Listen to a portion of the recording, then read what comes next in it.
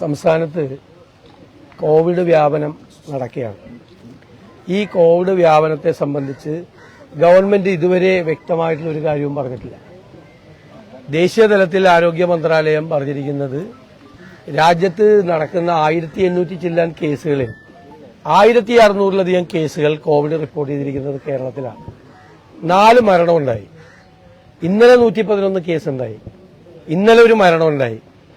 എന്താണ് സർക്കാർ ഇതിനെക്കുറിച്ച് ഒരു അഭിപ്രായം പറയാത്തത്? എന്ത് നടപടിയാണ് സർക്കാർ സ്വീകരിച്ചിട്ടുള്ളത്? ഇന്ത്യയിൽ ഉണ്ടായിക്കൊണ്ടിരിക്കുന്ന പുതിയ ഒമിക്രോണിന്റെ വകഭേദം അതിലെ 89% കേസുകൾ കേരളത്തിലാണ്. തമിഴ്നാട് പോലും ഗവൺമെന്റ് പോലും ജാഗ്രതയോടുകൂടി അതിന്റെ പ്രവർത്തനം ആരംഭിച്ചു കഴിഞ്ഞു. സർക്കാർ ഒന്നും ചെയ്യുന്നില്ല. നവകേരള സദസ്സ് നടക്കുന്നതുകൊണ്ട് അത് തീരാൻ വേണ്ടിയിട്ട് സർക്കാർ കാത്തിരിക്കുകയാണ്. അത് ശരിയാണോ? അത് അപ്പൊ കോവിഡ് സംബന്ധിച്ച കോവിഡിന്റെ പുതിയ ഒമിക്രോണിന്റെ പുതിയ വകഭേദത്തെ സംബന്ധിച്ച് ഇന്ത്യയിൽ ഏറ്റവും കൂടുതലുള്ള ഒരു സംസ്ഥാനം എന്നുള്ള നിലയിൽ 1800-ലധികം കേസുകൾ റിപ്പോർട്ട് ചെയ്യപ്പെട്ടിട്ടുള്ളതിൽ 1600-ലധികം കേസുകൾ കേരളത്തിലാണ്. എന്നിട്ടും ഒരു ജാഗ്രതയില്ലാതെ സർക്കാർ ഒരു മുന്നറിയിപ്പും കൊടുക്കാതെ എന്ത് നടപടി സ്വീകരിക്കണമെന്ന് അറിയില്ല. അതിൽ അപകടകരമായ രീതിയിലേക്കും പോവുകയാണ്. 4 മരണം സംഭവിച്ചില്ലേ? അപ്പൊ നവകേരള സദസ്സ് തീർന്നിട്ട് മതി കോവിഡിനെ സംബന്ധിച്ചിട്ടുള്ള പ്രവർത്തനം തുടങ്ങാനെന്ന് തീരുമാനിച്ചിരിക്കുന്നത് ശരിയല്ല. അടിയന്തരമായി ഇത് സംബന്ധിച്ചുള്ള നടപടികൾ സ്വീകരിക്കണം.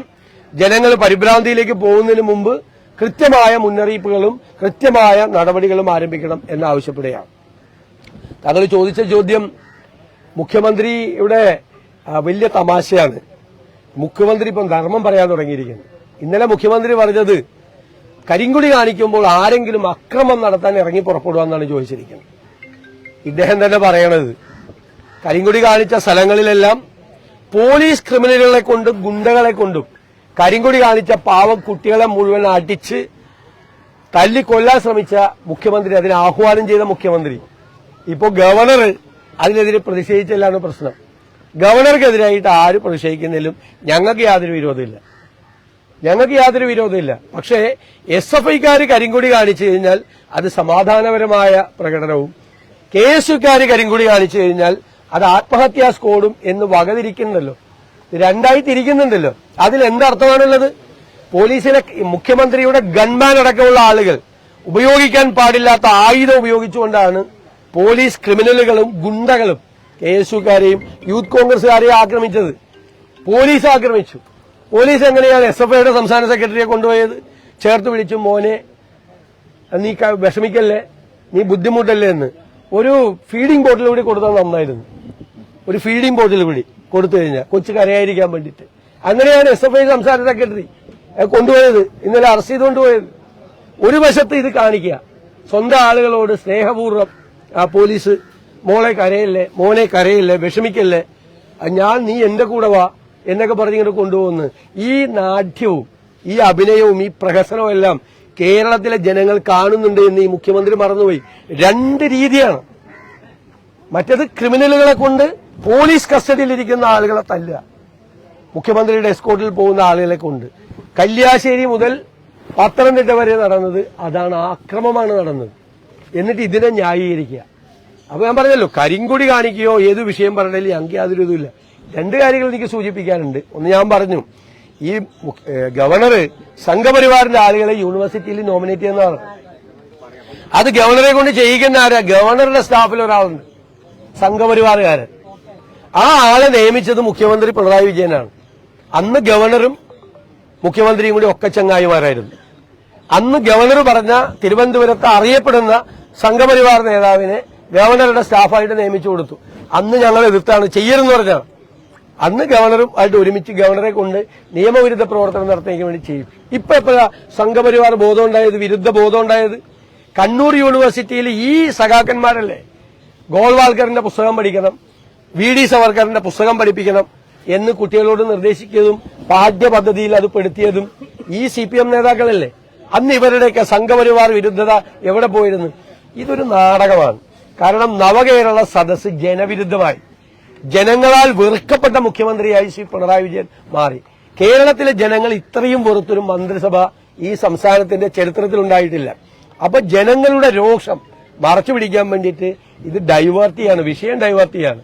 വിഷയത്തിൽ നിന്ന് മാറി കാലിക്കറ്റ് യൂണിവേഴ്സിറ്റി ക്യാമ്പസിന്റെ അകത്തേക്ക് ഈ വിഷയത്തെ മാറ്റിക്കൊണ്ടുപോവാണ്. കാരണം ഇതെങ്ങനെയെങ്കിലും ഒന്ന് അവസാനിപ്പിച്ച മതി എന്നുള്ള രീതിയിലായി നവകേരള സദസ് വഷളായി.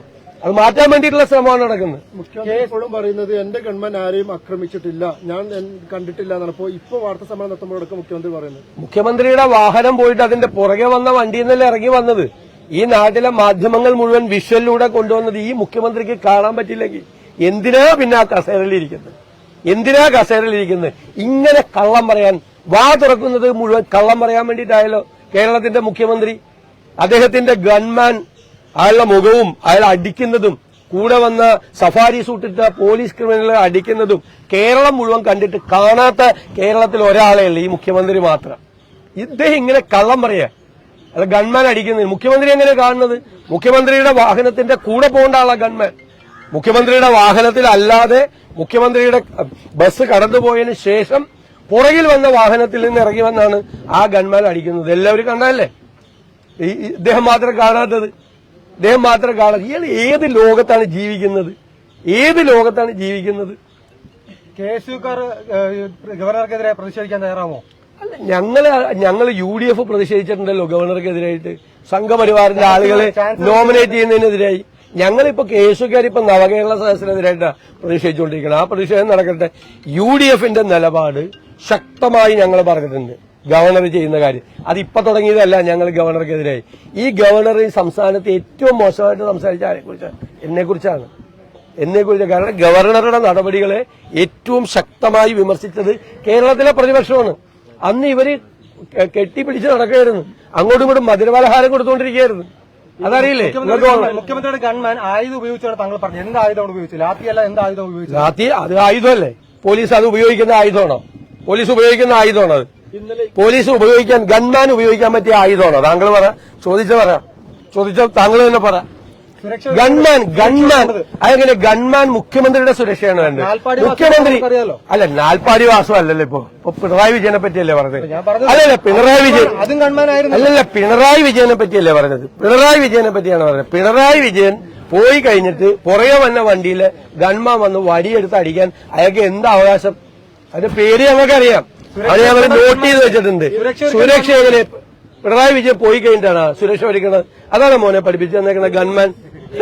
ഇന്നലെ ഈ യൂണിവേഴ്സിറ്റിയിലെ SFI സ്ഥാപിച്ച ബാനറുകളൊക്കെ തന്നെ ഈ ഗവർണർ നീക്കം ചെയ്യാൻ ആവശ്യപ്പെട്ടു. അത് ഗവർണർ, ഞാൻ പറയല് ഞങ്ങളൊന്നും ഗവർണറെ ന്യായീകരിക്കണമെന്നില്ലെന്ന്.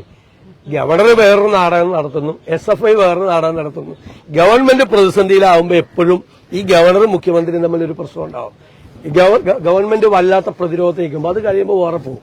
ഈ ഗവർണർ നോമിനേറ്റ് ചെയ്ത ലിസ്റ്റിൽ കോൺഗ്രസിന്റെ അംഗങ്ങളും ഉൾപ്പെടുന്നു. ഞങ്ങൾ ആരും ഒരാളുടെ പേരും കൊടുത്തിട്ടില്ല. കോൺഗ്രസ് പാർട്ടിയോ UDFോ ഗവർണർക്ക് പേര് കൊടുത്തിട്ടുമില്ല, ഞങ്ങൾ കൊടുക്കുകയില്ല. ഞങ്ങൾ പിന്നെ അതിനെ വിമർശിക്കുമോ? ഗവർണർ നടത്തിയ നിയമനത്തെ ഞങ്ങൾ രൂക്ഷമായ ഭാഷയിലാണ് വിമർശിച്ചത്. ഞങ്ങളാരും ഒരാളുടെ പേരും കൊടുക്കും. അത് ആർക്കറിയാം? ഞങ്ങളാരും കൊടുത്തിട്ടില്ല. ഞങ്ങൾ കൊടുക്കാത്ത പേരുള്ള വേറെ വല്ലവരുടെ പേര് വന്നതിന് ഞങ്ങൾ എന്തിനു രാജി ആവശ്യപ്പെടുന്നു? ഞങ്ങളാരുടെയും പേര് കൊടുത്തിട്ടില്ല കേട്ടോ.